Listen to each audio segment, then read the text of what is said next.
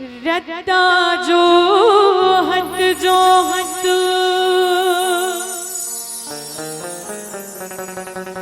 आखी पत रागी वो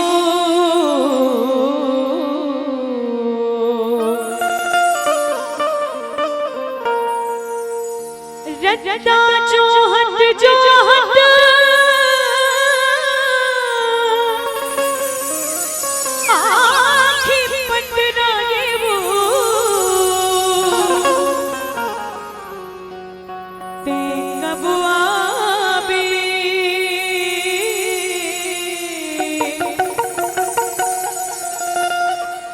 कबवा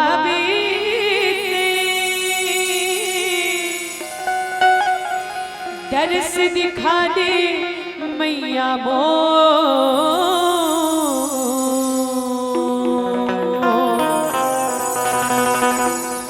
दर्श दिखा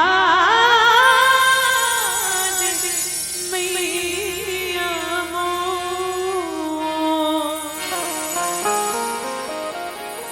16 सिंगार करके लाले चुनरिया ओढ़े 16 सिंगार करके लाले चुनरिया ओढ़े। तो चलो एक बार हम सब माँ भवानी ला बुलावन, ये अंतिम गीत है तो हम आप बड़े धूमधाम के साथ माता रानी के भजन में आनंद चौरम बैठे लाइवन हाथ बर करो लाइव और दत्का भी बैठे चौरम भैया मन और मिल के गावन का चलिया बे वो मैया अंगना मामो चलिया बे वो जाई अंगना मामो चलिया बे वो मैया अंगना मामो चलिया बे वो जाई अंगना मामो 16 सिंगार करके लाले चुनरिया ओढ़े 16 सिंगार करके लाले चुनरिया ओढ़े चलिया बे वो मैया अंगना मामो चलिया बे वो